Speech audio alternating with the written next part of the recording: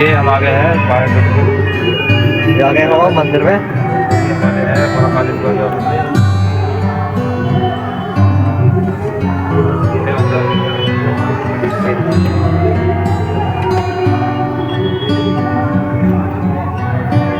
सब अलग अलग तरह की शिवलिंग है यहाँ पे।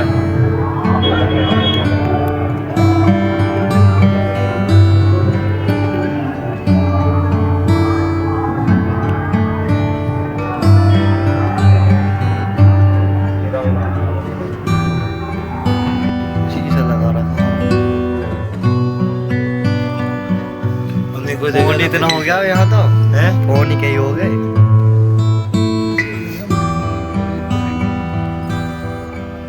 क्या बना रखी है गुफा से देखो।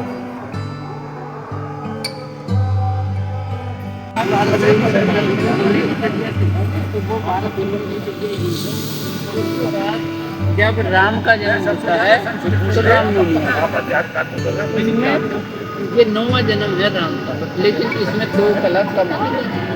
वो तो 16 कला हो गया, ये 2 कला कम होने से कितनी कला होगी? 14। लेकिन इसमें जन्म होते हैं 12।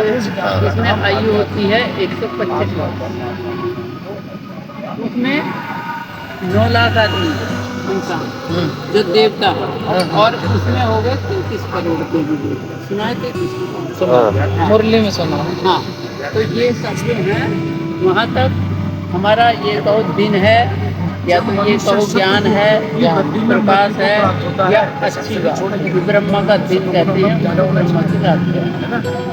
फिर आ जाता है द्वापर युग। क्या होता है? आदमी लोगों को प्राप्त होता है, हमारी गीता कैसे पुनर्जन्म होता है।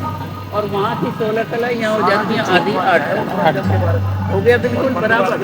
आधा ऊपर का है, आधा नीचे। जब इसमें आते हैं और यहीं से पूजा शुरू होती है, उससे पहले पूजा नहीं, कोई जोतवाती पूजा नहीं चाहिए ना, उससे पहले कोई पूजा नहीं। फिर आ जाता है इसमें कोई कला रहती है, और इसमें होते हैं 42 जन्म। तो ये सारे मिलकर के हो गए 83 जन्म। एक जन्म हमारा ये होता है उससे जब दुनिया बिल्कुल पतित हो जाती है। बात हुई ब्लैक ब्लैक दोनों।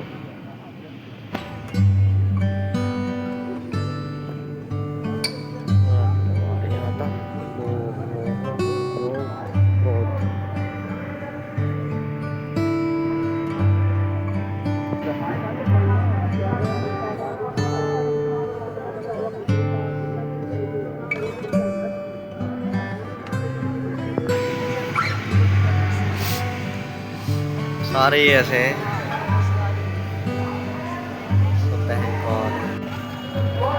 ठीक है, जहाँ बिंदी लगाते हैं। आत्मा बिंदु रूप है, ज्योति स्वरूप है। आत्मा जब शरीर के अंदर है तो ये कहलाएगी जीवात्मा, और यही आत्मा जब निकल जाती है ना तो दिमाग का पता रहेगा। ठीक है, आत्मा की 3 शक्तियाँ हैं, मन, बुद्धि, संस्कार। मन का काम है सोचना, बुद्धि करती है निर्णय, फिर जो कर्म करेंगे वो बनेंगे हमारे संस्कार, और यही संस्कार हमारा अगला जन्म विधाता है। हमें कैसे घर में जाना है, अच्छे घर में जाना है या खराब घर में जाना, आदमी खुद ही अपने आप डिसाइड कर लेता है। तो जैसे आत्मा संस्कार लेके जाएगी वैसे जन्म होगा। ठीक है ना? ये गाड़ी है, गाड़ी में जैसे ड्राइवर आगे होता है ना, उसके पास सारे इंस्ट्रूमेंट होते हैं, ऐसे ही आत्मा यहाँ का शरीर जो है ना, ये गाड़ी है और आत्मा इसका ड्राइवर। इसके बाद आंखों द्वारा देखती है, कानों द्वारा सुनती है, मुख द्वारा बोलती है, और हाथ पैर द्वारा कार्य करती है। जैसे ड्राइवर बाहर निकल जाओ, गाड़ी खड़ी है, ऐसे ही अगर ये आत्मा निकल गई, शरीर बेकार है। तो मैं आत्मा बिंदु रूप ज्योति स्वरूप हूँ, ऐसी मुझे आत्मा का पिता परमात्मा भी बिंदु रूप ज्योति स्वरूप है। ये परमात्मा के दिव्य गुण है, महिमा है परमात्मा की। जन्म मरण से न्यारे हैं, मुक्ति जीवन मुक्ति के दाता हैं, सर्व के भाग्य विधाता है, कर्मों की गति को जानने वाले हैं। ठीक है, तो यह 32 गुण है परमात्मा के।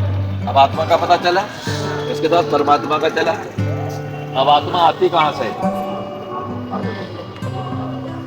ये स्थूल लोक है, यहाँ जहाँ हम लोग रह रहे हैं, चांद सितारों की दुनिया। इसके ऊपर जाएंगे सूक्ष्म लोक है, इसके ऊपर चलेंगे परम धाम है, और सबसे ऊपर है शिखर, इसको कहते हैं ऊपर वाला। आमतौर पर कहते हैं ना ऊपर वाला सब देख रहा, लेकिन ऊपर वाला है कहाँ और कौन है? हैं? नहीं पता ना। तो ये ऊपर वाला है शिव बाबा।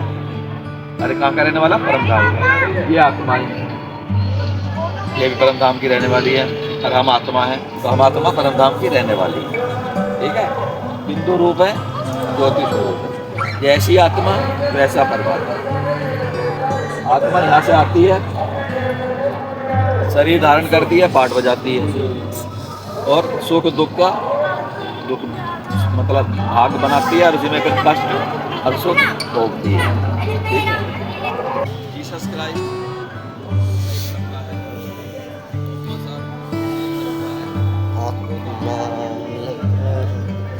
यहाँ भी मना रहे हैं इंसान। यह इंसान शरीर एक मंदिर है। अरे यार